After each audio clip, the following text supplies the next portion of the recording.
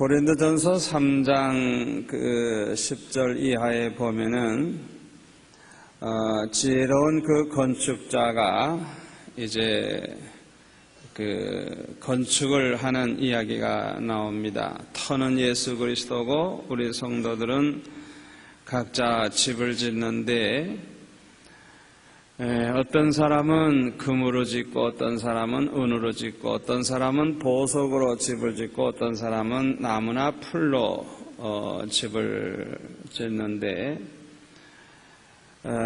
그 집을 지은 다음에 각각 공력이 이제 나타날 텐데 그 공력을 심판하는 시험하는 그런 불심판이 있는데 그때에 공력이 그대로 있는 사람은 상을 받고 공력이 불탄 사람은 구원을 받지만은 불 가운데서 얻은 것 같으리라 하는 그런 말이 있습니다. 이 말씀을 보면은 사람마다 다 집을 지고 있다는 거예요. 우리 예수 믿는 사람들은 평생 자기 나름대로의 이제 집을 짓고 있는 것입니다. 그런데 집을 잘 지으려고 하면 먼저 그림을 잘 그려야 돼요. 그림.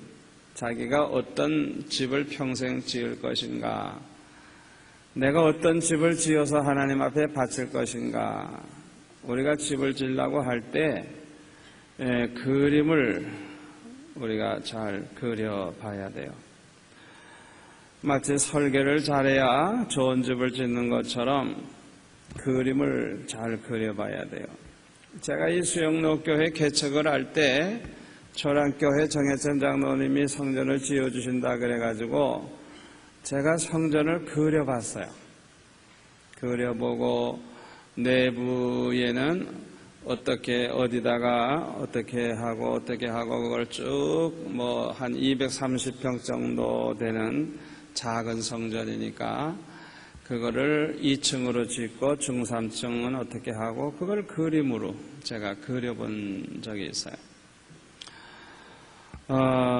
그런데 좋은 집을 잘 지으려고 하면 그림을 잘 그려야 돼요. 가장 좋은 집이 어떤 집일까? 가장 잘된 집이 어떤 집일까? 가장 아름다운 집이 어떤 집일까? 우리가 그림을 잘 그려봐야 돼요. 그런데 많은 사람들은 그림 없이 막연하게 집을 짓고 있어요. 그냥 짓는 거예요, 그냥. 이것은 실패할 확률이 아주 높습니다. 가장 성공적인 집을 지으려고 하면 그림을 잘 그려야 돼요. 그것도 대체적으로 그저 아주 그냥 적당히 할 게 아니고 구체적으로 세밀하게 아주 잘 지어놔야 정말 성공적인 집을 지을 수가 있습니다. 이와 마찬가지로 우리가 남은 여생을 어떻게 살기를 원하는가, 내가 남은 여생을 어떻게 사는 것이 가장 복되고 가장 아름답고 가장 성공적일까, 여기에 대해서 그림을 그려봐야 돼요.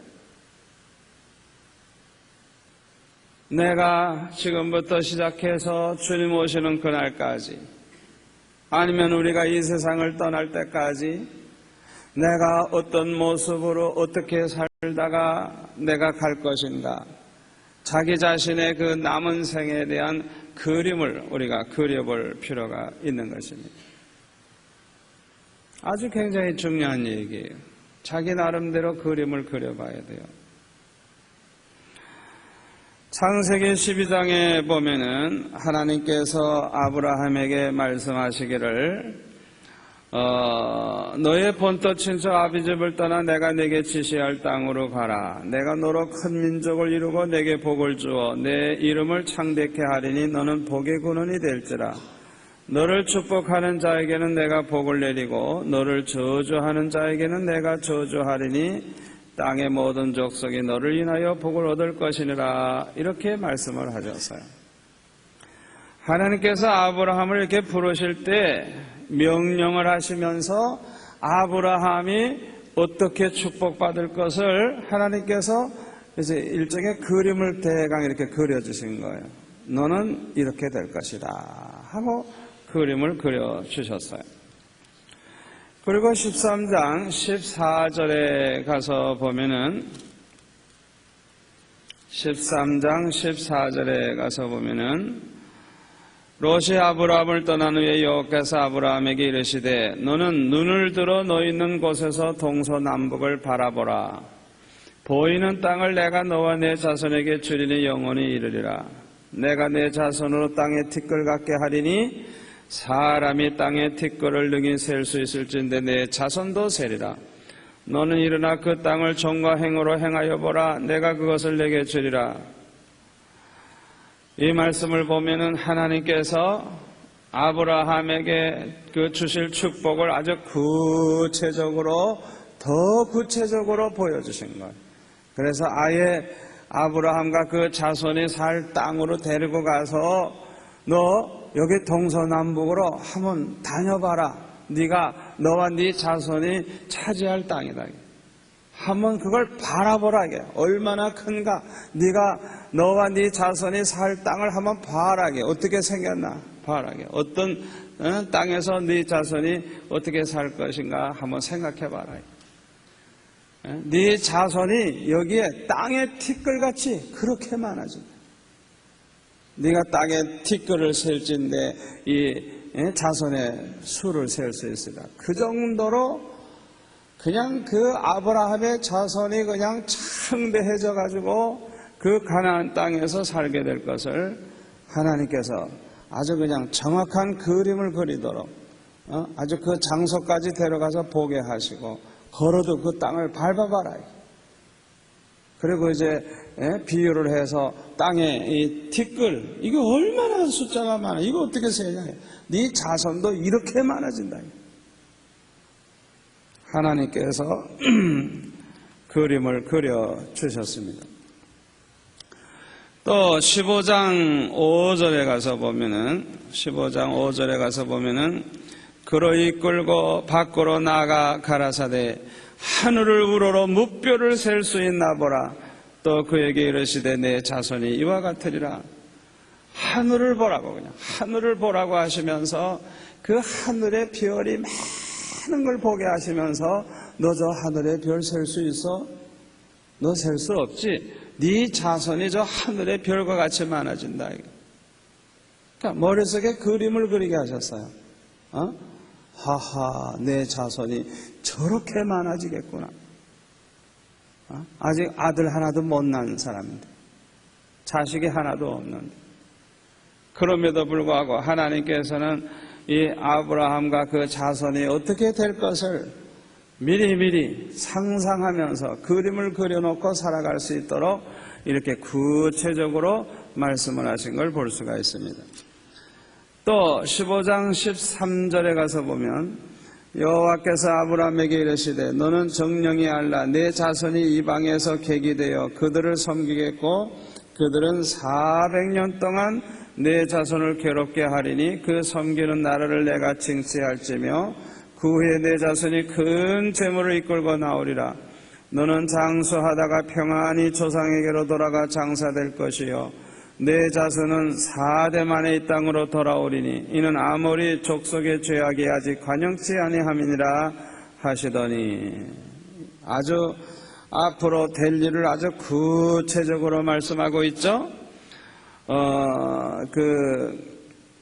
요셉이 애굽으로 가게 되고 또 그 후에 이제 야곱과 그 자손들이 애굽으로 가서 400년 동안을 이제 지난 다음에 나중에 가나안 땅으로 돌아오게 될 것을 아주 구체적으로 하나님께서 이렇게 가르쳐 주셨습니다. 또 17장 4절로 넘어가서 보면 17장 4절 내가 너와 내 언약을 세우니 너는 열국의 아비가 될지라. 이제 후로는 내 이름을 아브라함이라 하지 아니하고 아브라함이라 하리니 이는 내가 너로 열국의 아비가 되게 함이니라. 내가 너로 심히 번성케 하리니 나라들이 내게로 쫓아 일어나며 열왕이 내게로 쫓아나리라. 내가 내 언약을 나와 너와 내 대대 후손의 사이에 세워서 영원한 언약을 삼고 너와 내 후손의 하나님이 되리라. 내가 너와 내 후손에게 너의 우거하는 이 땅 곧 가나안 일경으로 주어 영원한 기업이 되게 하고 나는 그들의 하나님이 되리라. 얼마나 구체적으로 하나님이 이렇게 그림을 그려주신지 몰라요. 아직 자식이 없는 아브라함이지만은 네가 열국의 아비가 되리라. 네 자손이 하늘의 별같이 땅의 틸끝같이 많아질 뿐만 아니라 네 자손 중에서 왕이 많이 나온다는 거예요. 왕이 많이 나오고 그들이 나라를 세워서 너로 말미암아 나라들이 생기고 왕들이 막 그냥 나온다는 거예요. 아주 잊어버릴래야 잊어버릴 수 없는 아주 그런 확실한 그런 그림을 그리고 살아갈 수 있도록 그렇게 말씀해 주셨습니다. 또 15절 16절에 보면 하나님이 또 아브라함에게 이르시되 내 아내 사레는 이름을 사레라 하지 말고 그 이름을 사라라 하라. 내가 그에게 복을 주어 그로 내게 아들을 낳아주게 하며 내가 그에게 복을 주어 그로 열국의 어미가 되게 하리니 민족의 열왕이 그에게서 나리라. 지금 나이가 많은 사라지만은 이때가 아브라함이 99세 때고 사라는 89세입니다. 89세. 그러니까 완전히 생산을 할 수 없는, 임신을 할 수 없는 나이예요. 경수가 끊어진 지 오래됐어요. 여자들은 50세만 되면 되게 다 끊어지죠. 그러니까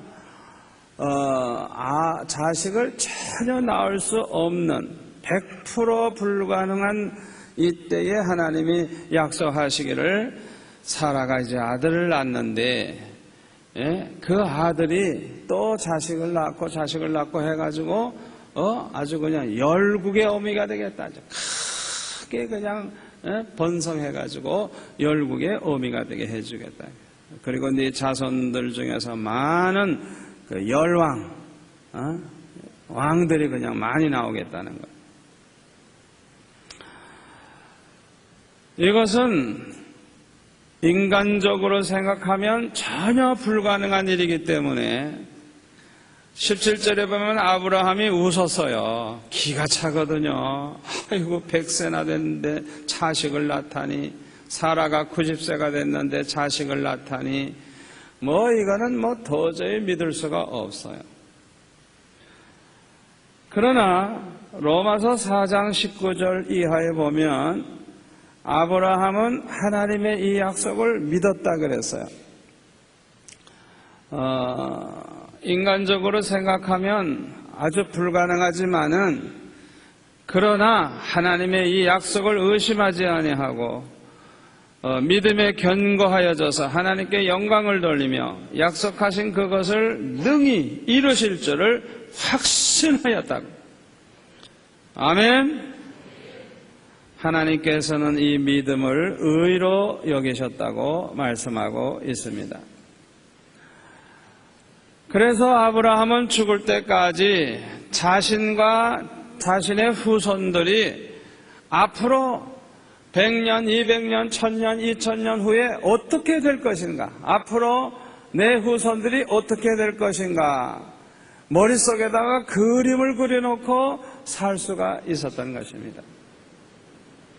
하나님께서 말씀하신 것을 다 종합해 보면 앞으로 자손이 얼마나 많아지고 또 우리가 살 땅이 얼마나 넓고 그곳에서 우리 자손들이 어떻게 축복받고 살 것인가를 머릿속에다가 그림을 그리고 살 수가 있었던 것입니다.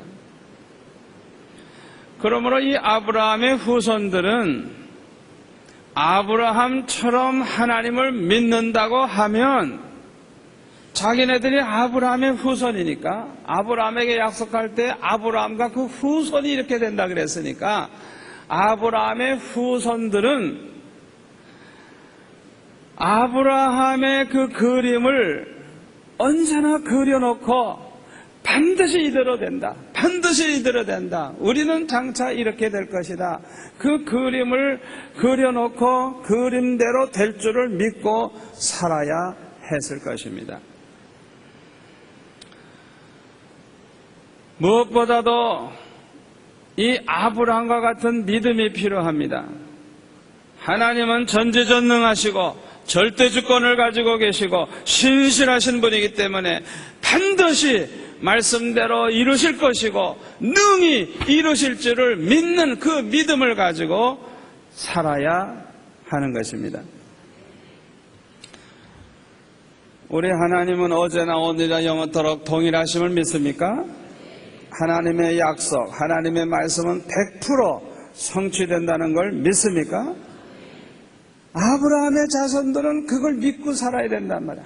항상 아브라함에게 너무 구체적으로 말씀하셨으니까, 어떻게 된다는 것을 말씀하셨으니까 아브라함이 항상 머릿속에 그려놓았던 그 그림을 후손들도 항상 머릿속에 그리면서 우리가 이렇게 되겠구나, 우리가 이렇게 되겠구나, 항상 그 그림을 바라보면서 그걸 믿음으로 붙잡고 살았어야 하나님도 기뻐하시고 자신에게도 축복이 되었을 것입니다.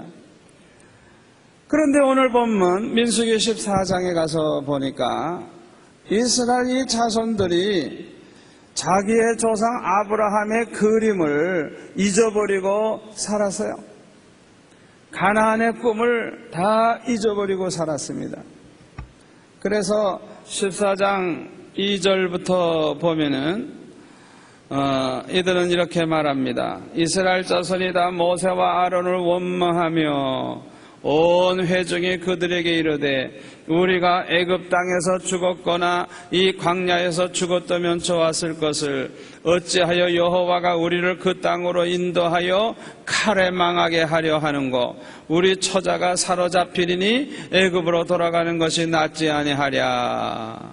이에 서로 말하되 우리가 한 장관을 세우고 애굽으로 돌아가자 하며. 자 보세요. 아브라함에게 분명히 말씀하시기를 400년 동안 그 애굽에 가서 종살이하고 고생하다가 다시 돌아온다고 하는 약속을 분명히 했거든요. 그 약속대로 지금 애굽에서 나와가지고 이제 가나안 땅으로 가고 있습니다. 그러면은 하나님이 이미 그려주신 그림대로 착착착착착 이루어지고 있는 것을 자기는 온 백성들이 이렇게 보고 있는 거 아니겠어요? 그러면 하나님의 약속대로 되는구나. 우리에게 그려주신 그림대로 그대로 이루어지고 있구나.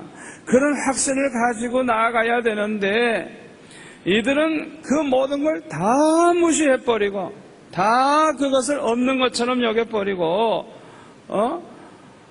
애굽 땅에서 우리가 차라리 죽었으면 좋았을걸, 광야에서 차라리 죽었다면 좋았을걸, 어찌해서 하나님이 우리를 그 가나안 땅으로 인도해서 칼에 망하게 하려는 거, 우리 처자가 사로잡히리니 애굽으로 돌아가자, 애굽으로 돌아가는 것이 낫지 아니하랴.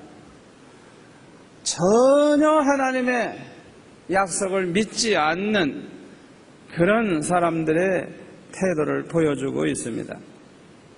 여러분, 이들이 장관을 세우고 애굽으로 돌아가자고 말하고 있는데 여러분, 이게 도대체 무슨 뜻이죠? 애굽 사람이 되겠다는 거예요. 애굽으로 돌아가서 애굽 사람처럼 애굽 사람과 함께 살겠다는 거예요. 또 이 말의 뜻은 영원히 애굽 사람의 노예로 살겠다는 거예요. 세상에 얼마나 기가 막힌 노릇입니까? 하나님께서는 엄청난 축복을 주시려고 이미 말씀도 하시고 그림을 분명히 그려주셨는데 하나님이 말씀하신 것은 전혀 생각도 하지 아니하고 하나님이 그려주신 그림은 다 어디로 팽개쳐버리고, 아니 애굽에 돌아가가지고 그래 노예 생활하겠다고요? 이 얼마나 기가 막힌 노릇입니까? 이들이 왜 이렇게 되었을까요? 한마디로 말해서 믿음이 없기 때문에 이렇게 된 것입니다. 그래서 11절에 보면 보세요. 하나님께서 뭐라고 말씀하시는가?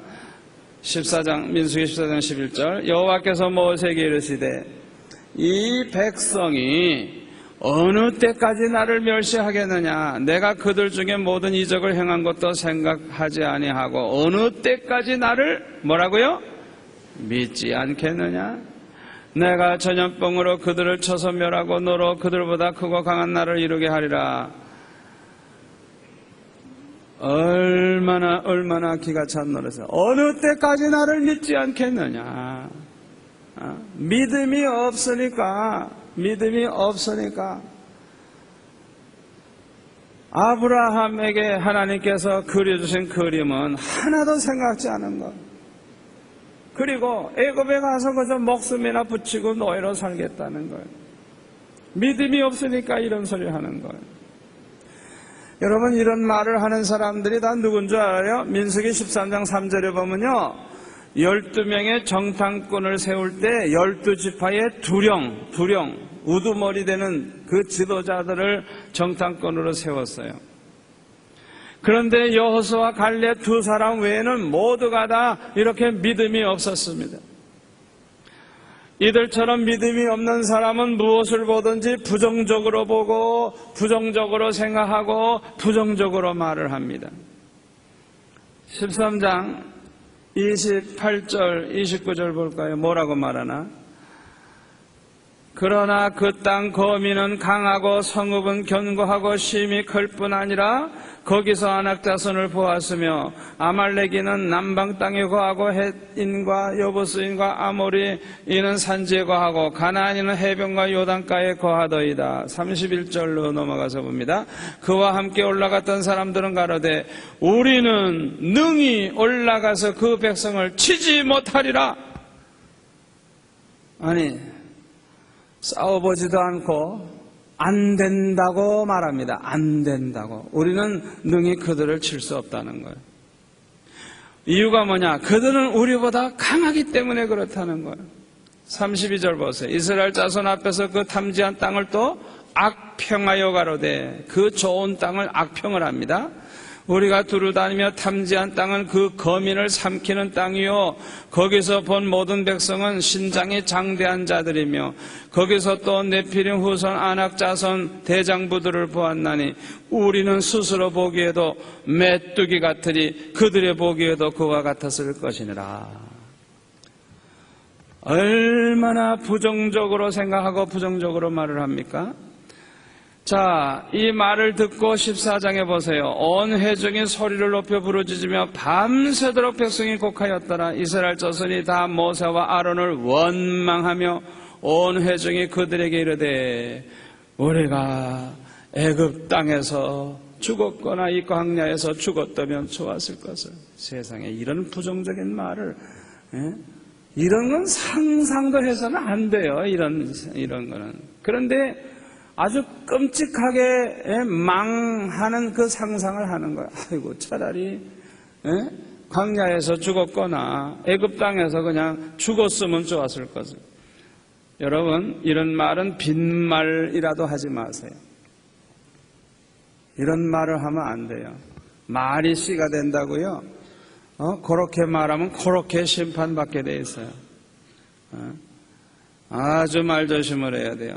14장 28절에 보면 너의 말이 내 귀에 들린 대로 내가 너에게 행하리니. 하나님께서 아주 맹세하시면서 너희들이 광야에서 죽었다면 좋을 것을 말했지 않느냐. 이게 너희들 말한 그대로 내가 해주겠다. 이게. 그러니까 이 부정적인 생각을 하고 부정적인 그림을 그려놓고 함부로 그냥 그렇게 나불나불 말을 해놓으면 그냥 그게 지나갔으면 좋겠는데 안 지나가는 거예요. 그대로 또 되는 거예요. 그 하나님의 심판이에요. 부정적인 생각을 하고 부정적으로 말하고. 여러분 아주 조심해야 돼요. 신명기 1장 26절에 보면 여기 설명을 좀 더 자세히 하고 있어요. 260페이지 한번 보세요. 260페이지 신명기 1장 26절. 거기에 보면은 이제 모세가 다시 얘기할 때 자세하게 얘기를 합니다. 신명기 1장 26절. 그러나 너희가 올라가기를 즐겨 아니하고 가나안 땅으로 올라가기를 즐겨 아니하고 너희 하나님 여호와의 명을 거역하여 장막 중에서 원망하여 이르기를 여호와께서 우리를 미워하시는 거로 아모리 족속의 손에 붙여 멸하시려고 우리를 이 애굽 땅에서 인도하여 내셨도다. 세상에, 아니 하나님을 그 도대체 어떤 하나님으로 알고 하나님이 그것에 자기네들을 미워해가지고 다 멸망시키려고 이렇게 가나안 땅으로 인도한다고 이렇게 완전히 부정적으로 생각하고 부정적으로 말을 하고 있어요. 얼마나 생각이 잘못되었습니까? 28절. 우리가 어디로 갈고 우리의 형제들이 우리로 낙심케 하여 말하기를 그 백성 우리보다 장대하며 그 성읍은 크고 성곽은 하늘에 닿았으며 우리가 또 거기서 안악자손을 보았노라 하는도다 하기로. 그러니까 아주 그냥 싸워보지도 않고 이미 실패하고 있는 거예요. 이렇게 부정적인 생각을 하면요, 사실 무슨 일도 하고도 싶지도 않아요. 우리가 죽으러 들어갈 필요 뭐 있어요? 그러니까 망하지도 않았는데 아주 이미 망한 것처럼 그림을 그려놓고 상상을 하면서 이렇게 부정적인 말을 하고 있는 거예요. 왜 이런 짓을 하죠? 뭐가 없어서? 믿음이 없어서. 믿음이 없어지면 이렇게 믿음 없는 말을 하게 되어 있는 것입니다. 믿음이 없는 사람들은 항상 부정적인 생각을 하게 되고 이 부정적인 생각이 얼마나 고통을 주는지 몰라요. 믿음이 없는 사람은 날마다 부정적인 생각을 하면서 자꾸 망할 것을 그림을 그려요. 병들어 죽을 걸 그림을 그려요.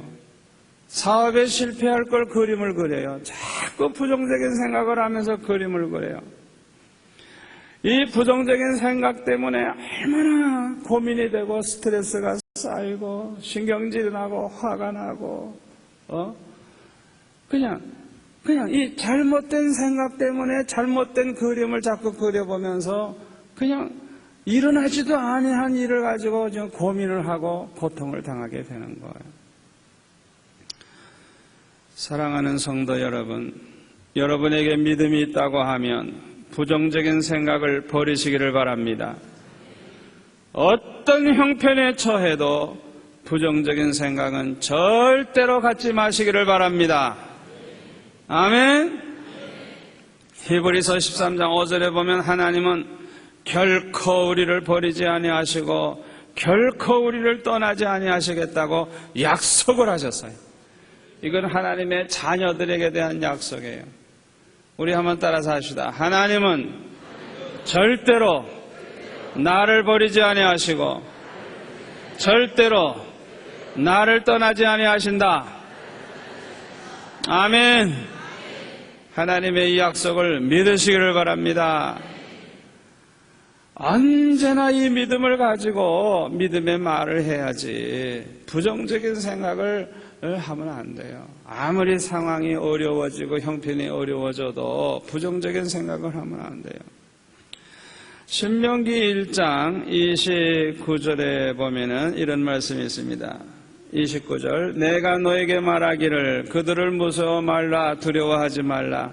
너의 앞서 행하시는 너의 하나님 여호와께서 애굽에서 너희를 위하여 너의 목전에서 모든 일을 행하신 것 같이 이제도 너희를 위하여 싸우실 것이며 광야에서도 너희가 당하였거니와 사람이 자기 아들을 안음같이 너희 하나님 여호와께서 너희의 행로 중에 너희를 안으사 이곳까지 이르게 하셨느니라 하나 이 일에 너희가 너희 하나님 여호와를 어떻게 해요?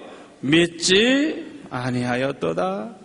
그는 너희에 앞서 행하시며 장막 칠 것을 찾으시고 밤에는 불로 낮에는 구름으로 너희 행할 길을 지시하신 자니라. 아멘. 이스라엘 백성들은 광야길을 가면서 얼마나 불평하고 원망하고 얼마나 괴로워했는지 모르는데 모세는 말씀하기를 하나님이 너희들 앞서 행하고 계셨다는 거예요. 너희들 홀로 가게 하지 않았다는 거예요. 그리고 마치 사람이 자기 아들을 이렇게 안고 가는 것처럼 하나님이 너희들을 이렇게 안고 가셨다는 거예요. 안고. 아멘. 여러분, 이 본문에서 나온 꿈 얘기가 바로 그겁니다. 너무너무 고생하면서 사막길을 쭉 걸어온 사람이 하나님 왜 나를 이렇게 홀로 두시고 나를 왜 이렇게 고통스러운 사막길로 인도하셨나이까? 자기가 걸어온 발걸음을 쭉 보니까 한 사람이 쭉 걸어온 발걸음이다. 그러니까 자기 혼자 온 거야. 언제나 혼자라고 생각한 거예요. 왜 하나님이 나를 이렇게 홀로 두셨느냐? 그때 하나님이 뭐라고 말씀하셨어요? 너희들이 이렇게 환난당하고 고통당할 때는 내가 너희들을 안고 갔다. 안고.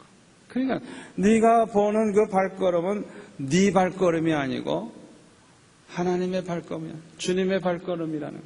발자취라는 거. 아멘.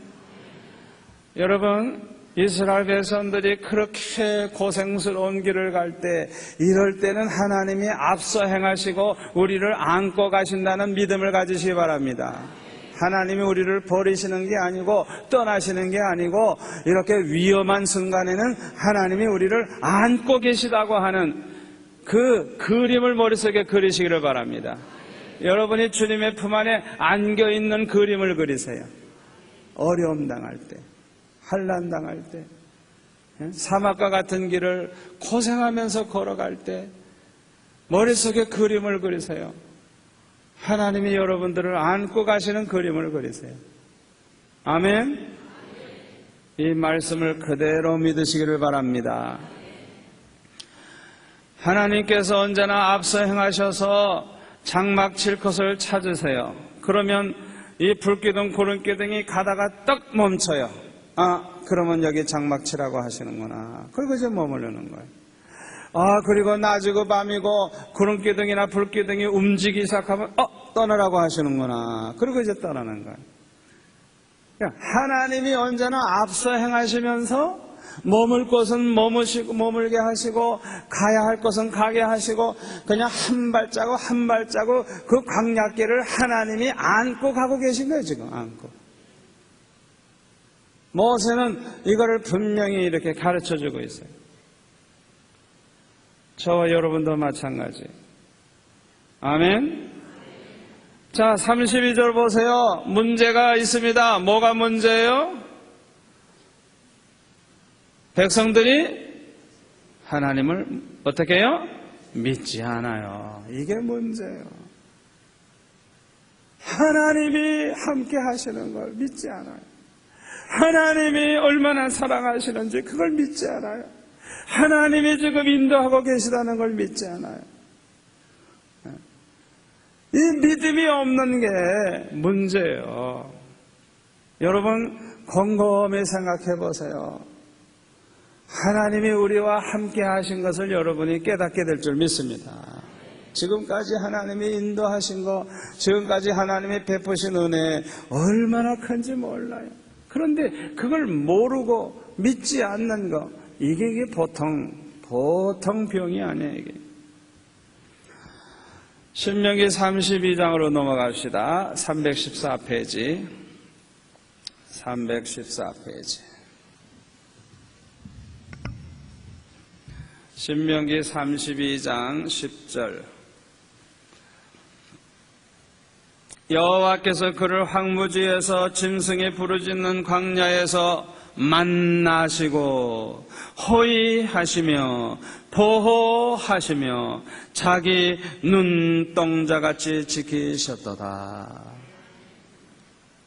이스라엘 백성들은 이 사실을 느끼지를 못하고 있었지만 하나님은 그들을 눈동자같이 지켜주셨다는 거예요.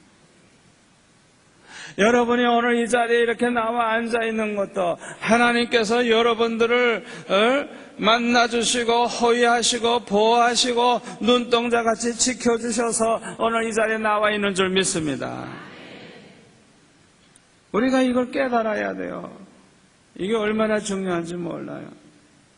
11절 마치 독수리가 그 보금자리를 어지럽게 하며 그 새끼 위에 너풀거리며 그 날개를 펴서 새끼를 받으며 그 날개 위에 그것을 엎는 것 같이 여호와께서 홀로 그들을 인도하셨고 함께한 다른 신이 없었도다.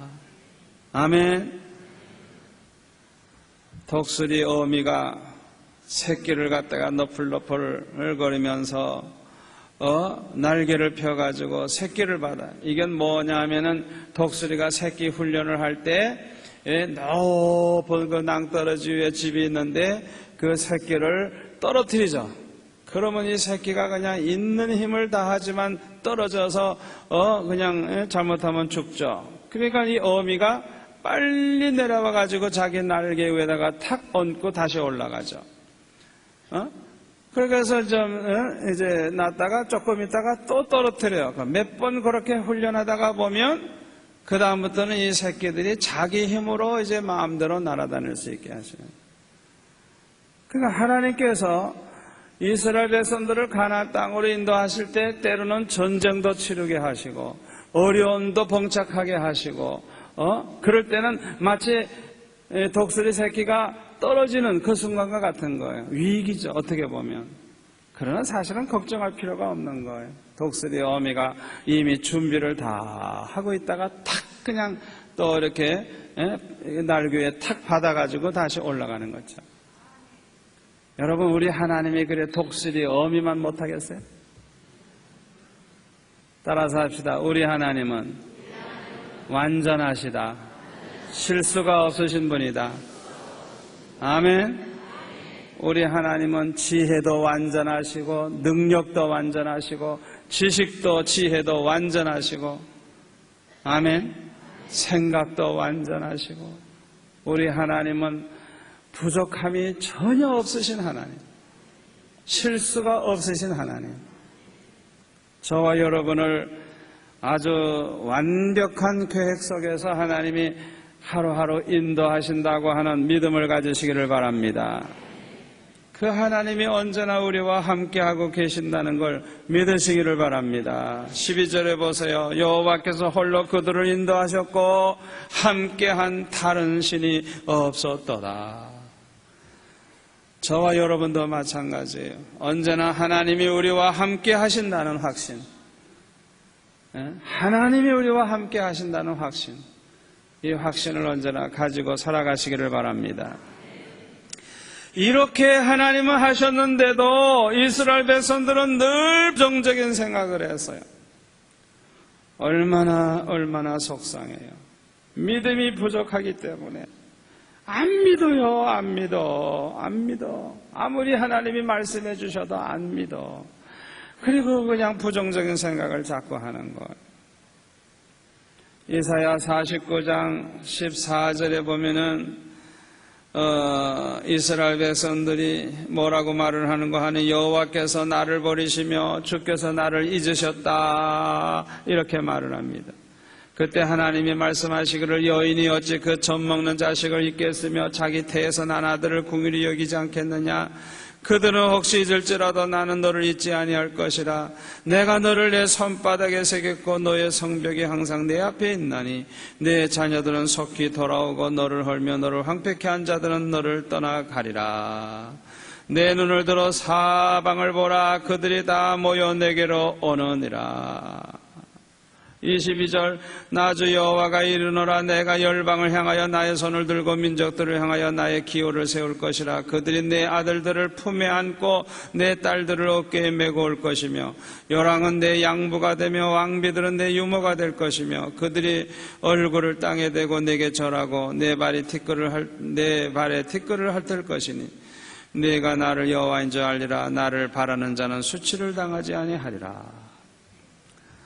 이스라엘 백성들이 침략을 당하고 핍박을 당하고 고통을 당할 때 너무 괴로우니까 하나님이 우리를 버리셨다, 하나님이 우리를 떠나셨다, 하나님이 우리를 잊으셨다, 늘 그렇게 부정적으로 생각하고 그렇게 말을 했어요. 이때 하나님은 말씀하십니다. 여인이 어찌 그 정 많은 자식을 잊겠으며 자기 태에서 난 아들을 긍휼히 여기지 않겠느냐. 그들은 인간이니까 혹시 잊을지 모르지만은 하나님은 절대로 하나님의 자녀들을 잊지 아니하신다는 것. 언제나 하나님께서 손바닥에 새겨놓고 항상 기억하고 계시고. 아멘. 여러분, 하나님의 자녀들의 특권이 있습니다. 혹시 죄짓고 잘못해서 매 맞을 때도 있지만은 버리지 아니하세요. 반드시 싸매주십니다. 반드시 회복시켜줍니다. 그게 특권이에요. 절대 버리지 아니하세요. 아멘. 절대 잊지 아니하세요. 절대로 떠나지 아니하세요. 이게 특권이에요, 특권. 그래서 이스라엘 백성들은 꼭 망할 것 같고 죽는 것 같고 그러니까 아이고 하나님이 우리를 떠났구나, 하나님이 우리를 잊었구나, 그냥 부정적인 생각을 자꾸 할 때 하나님께서는 너희들을 어떻게 잊어버려? 너희들을 이 샘바닥에 이렇게 새겨놓고 내가 이러고 있는데 어떻게 잊어버려? 참 하나님께서 얼마나 이렇게 비유적으로 잊어버리지 않도록 아주 그림을 확실하게 이렇게 떠올릴 수 있도록 그렇게 말씀해 주시죠. 저와 여러분을 하나님은 잠시도 잊지 아니하고 계십니다. 우리가 왜 고통당하고 있고 왜 어려움 당하고 있고 지금 무엇 때문에 염려하고 있는지 주님은 다 아십니다. 주님은 다 알고 계세요. 하나님께서 뭐 부족해서 여러분들을 그대로 두시는 게 아니에요. 하나님 나름대로의 완벽한 계획과 뜻이 있어서 그 하나님의 계획대로 인도하고 계시는 것뿐이지. 아멘. 아멘. 자, 이스라엘 백성들이 지금은 고생하지만은 장차 그 자녀들이 돌아올 때 얼마나 영광스러운 일이 일어날 것인가를 이렇게 또 구체적으로 하나님께서 축복받는 그림을 그려서 보여주시는 것을 오늘 본문에 보면 알 수가 있습니다. 자, 그러면 왜 이렇게 부정적인 생각을 가지게 되는가? 이스라엘 백성들은 자꾸 부정적인 생각을 했는데 왜 그렇게 부정적인 생각을 가지게 되는가? 이유를 4가지 말씀드리겠어요. 첫째로 바르게 살지 못하기 때문에 부정적인 생각을 자꾸만 가지게 됩니다. 사람은 누구나 바르게 살지 않고 죄를 범하면서 살게 되면 조금만 어려움이 와도 부정적인 생각을 하게 됩니다. 아이고, 이거 죄값인가 보다. 아이고, 하나님이 때리시는가 보다. 아이고, 하나님이 떠나셨는가 보다. 아이고, 하나님이 나를 버리셨는가 보다. 아이고, 이제 망하는가 보다. 그냥 자기가 바르게 못 살 때, 죄 가운데 살 때는 그냥 조금만 문제가 생겨도 그냥 검은 구름만 보여도 그냥 뭐 꼭 기분이 꼭 망할 것 같고 죽을 것 같고 그냥 버림받은 것 같고 그런 부정적인 생각이 그냥 금방 우리에게 다가오는 거예요. 사랑하는 성도 여러분, 우리가 바르게 못 살 때 하나님은 징계는 하셔도 버리지는 아니하신다는 걸 꼭 기억하시기를 바랍니다. 절대로 우리를 버리지 않으세요. 망하게 하지 않아요. 히브리서 12장 5절 내 아들아 주의 징계하심을 경히 여기지 말며 그에게 꾸지람을 받을 때에 낙심하지 말라. 주께서 그 사랑하는 자를 징계하시고 그의 받으시는 아들마다 채찍질 하심이니라. 아멘. 사랑하기 때문에 징계하신다는 거예요. 사랑하기 때문에 야단을 치신다는 거예요. 사랑하기 때문에. 그러니까 우리가 바르게 못 살 때 하나님의 징계가 임하면 하나님이 우리를 버리시거나 미워하시는 것이 아니고 하나님이 나를 너무너무 사랑하시기 때문에 나에게 이렇게 징계하신다. 그렇게 믿으시기를 바랍니다. 긍정적으로 생각해야지 부정적인 생각하면 안 돼요. 아멘. 우리에게 고난이 올 때 하나님이 버린 게 아니에요. 버린 게 아니에요. 절대 낙심하지 마시길 바랍니다. 두 번째, 왜 이렇게 부정적인 생각을 가지게 되는가? 믿음이 식어졌기 때문입니다. 믿음이 식어지면 부정적인 생각을 자꾸 하게 됩니다. 잘 들으세요. 믿음이라고 하는 것은 한 번 가지면 영원 불변하는 것이 아닙니다.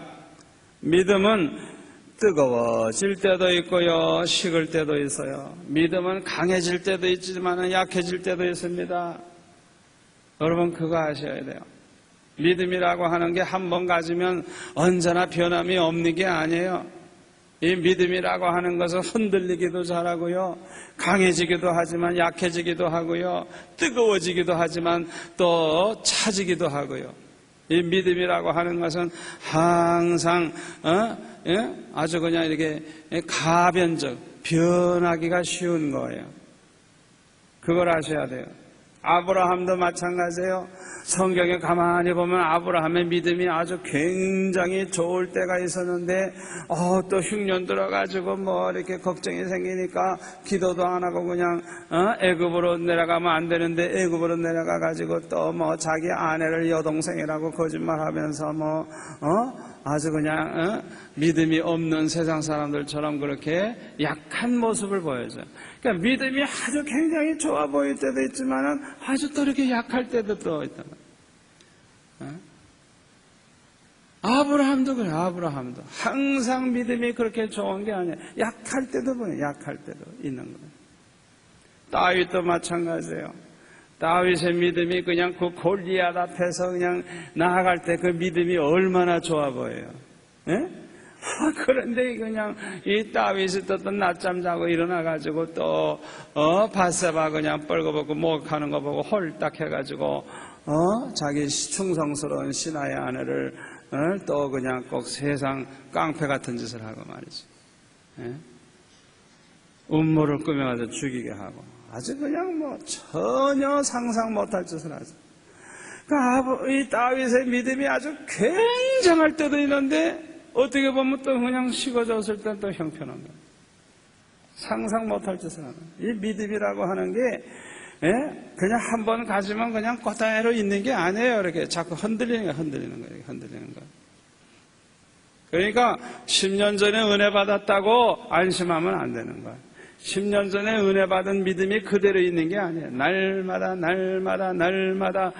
흔들 하는 거예요. 아멘? 그 믿음이 항상 불 붙고 있는 게 아니에요. 불이 꺼진 지 오래되는 사람도 있는 거예요. 그걸 아셔야 돼요. 엘리야도 보세요. 엘리야. 그냥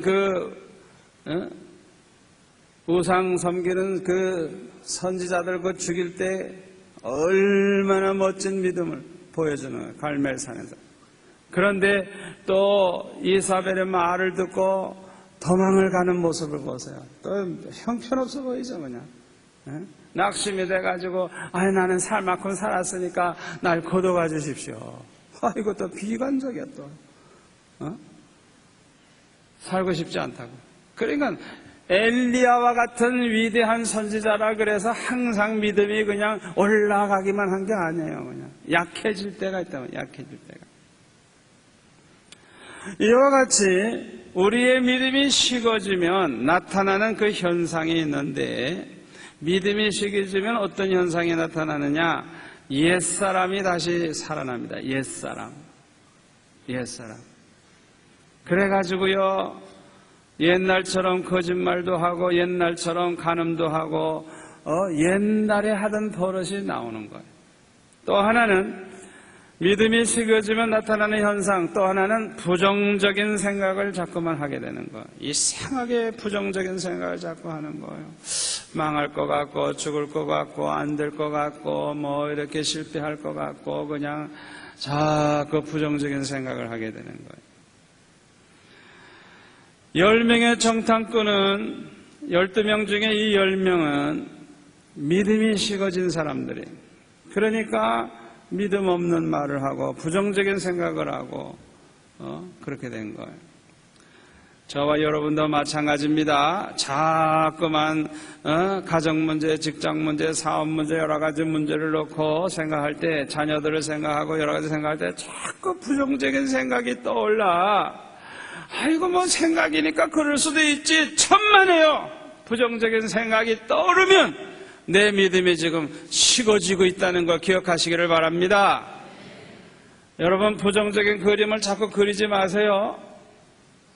제가 지금 이렇게 설교를 하지만 저도 지금부터 한 20여 년 전에는 그런 부정적인 그림을 나도 모르는 사이에 그리고 아주 안 좋은 생각을 한 적이 있었어요. 그런데 그거는 내 믿음이 식어질 때 일어나는 현상이라는 걸 제가 분명히 깨달았어요. 절대로 용납하지 마세요. 부정적인 생각이 자꾸 떠오르면 여러분들이 정신을 바짝 차리시기를 바랍니다. 내 믿음이 지금 식어가고 있구나. 내 믿음이 너무 지금 약해지고 있구나. 내 믿음의 불이 지금 꺼지고 있구나. 용납하지 마세요. 아멘. 하나님을 사랑하는 자, 주 뜻대로 부르심을 입은 자들은 모든 것이 합력하여 선을 이룬다고 하는 믿음을 가지시기 바랍니다. 일시적으로 어려움도 있고 염려도 있지만은 반드시 하나님은 합력하여 선을 이루셔서 오히려 유익하게 하시고 잘되게 하시고 전화위복이 되게 하신다는 믿음을 가지시고 언제나 긍정적인 그림, 더 잘되는 그림, 더 축복받는 그림, 좋은 그림을 그리시기를 바랍니다. 부정적인 그림을 그리지 마세요. 부정적인 생각을 하지 마세요. 그건 마귀가 주는 생각. 믿음이 없는 자가 가지는 거예요. 절대로 부정적인 생각은 하지 마세요. 아멘. 세 번째. 이렇게 부정적인 생각을 가지게 되는 것은 세 번째. 하나님의 말씀을 멀리 하기 때문입니다. 하나님의 말씀을 멀리 하면 믿음도 약해지고 따라서 부정적인 생각을 자꾸 가지게 됩니다. 로마서 10장 17절 믿음은 어디에서 나고? 들음에서 나고 들음은 그리스도의 말씀으로 말미암느니라 그랬죠. 믿음은 들음에서 나고 우리가 언제나 하나님의 말씀을 가까이 해야 돼요. 그래서 이 말씀을 통해서 하나님의 은혜를 받으면 은혜를 받은 만큼 믿음이 견고해지고 믿음의 불이 붙습니다. 아멘. 여러분 창세기를 읽어보시면서 그 요셉의 일생을 이렇게 쭉 보면서 은혜를 받으면 어떤 믿음이 생길까요?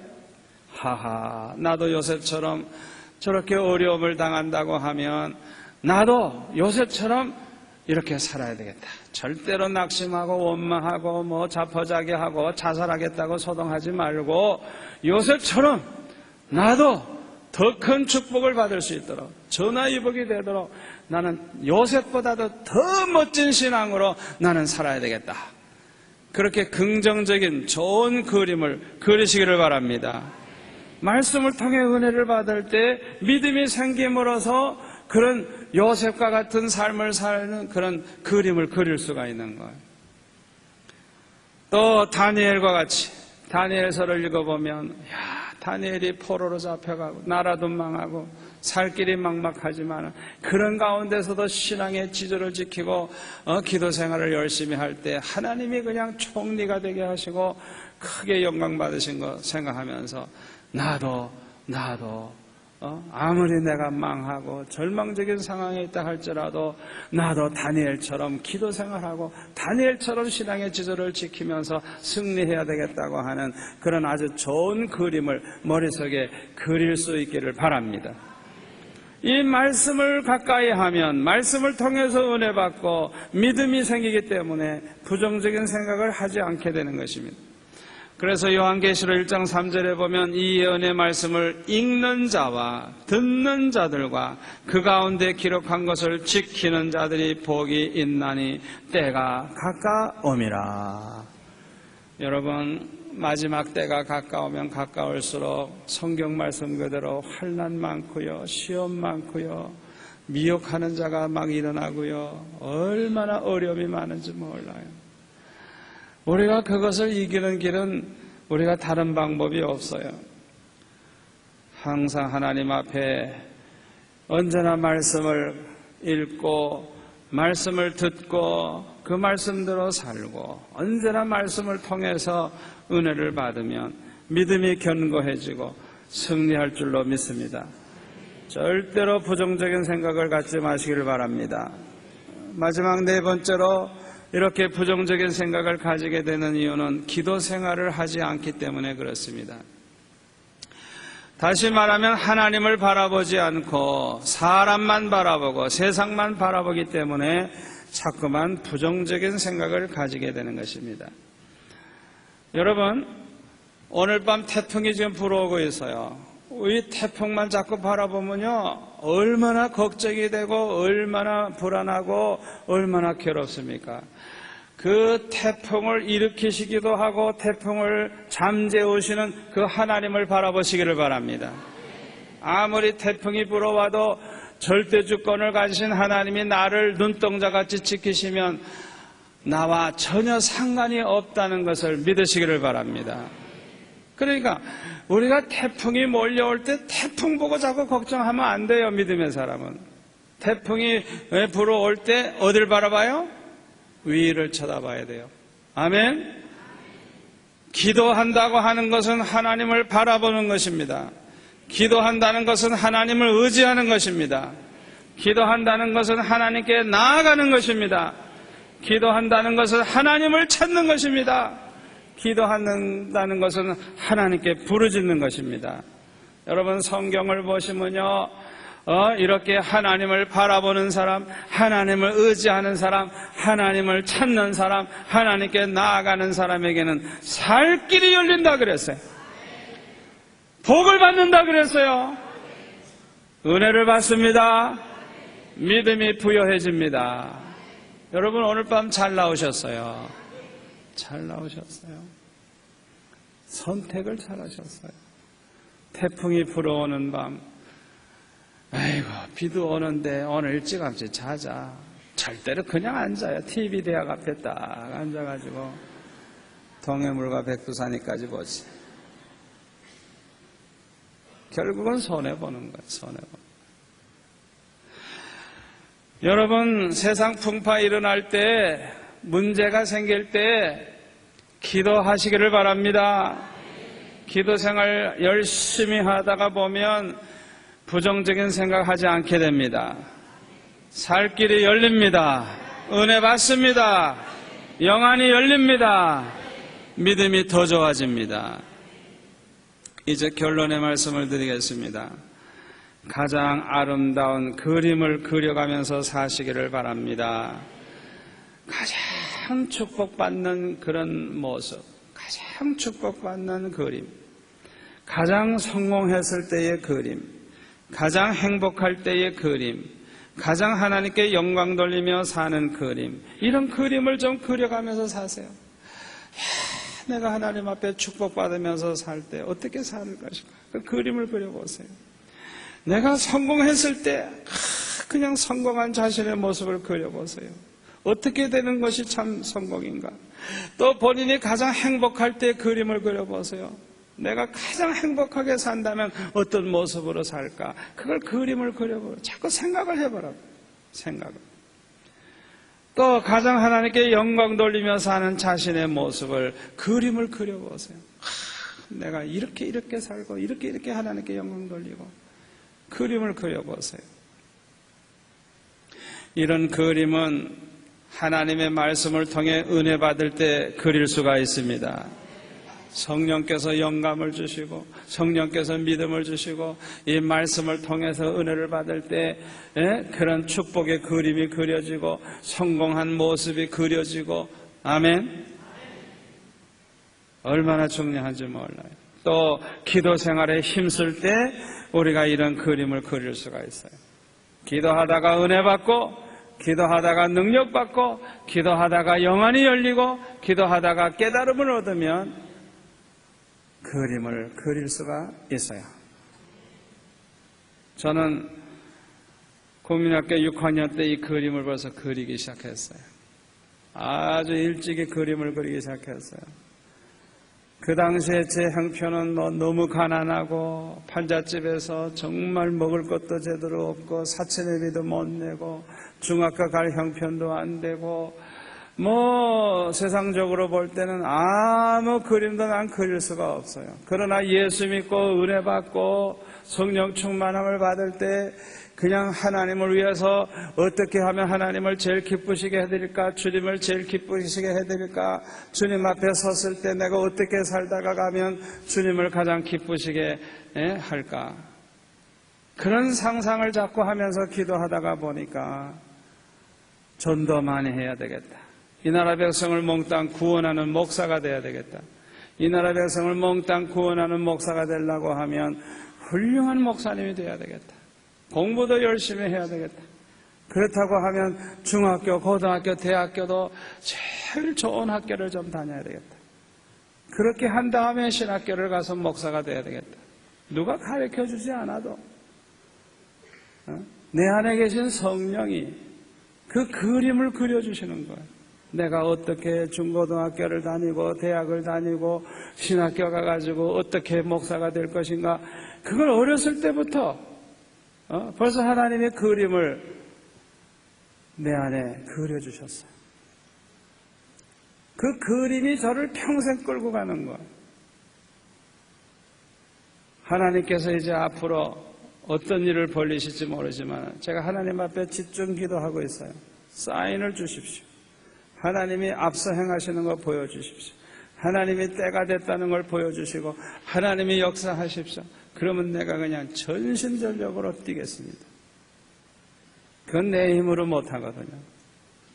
성령의 힘으로만 할 수 있어요. 하나님의 능력으로만 됩니다.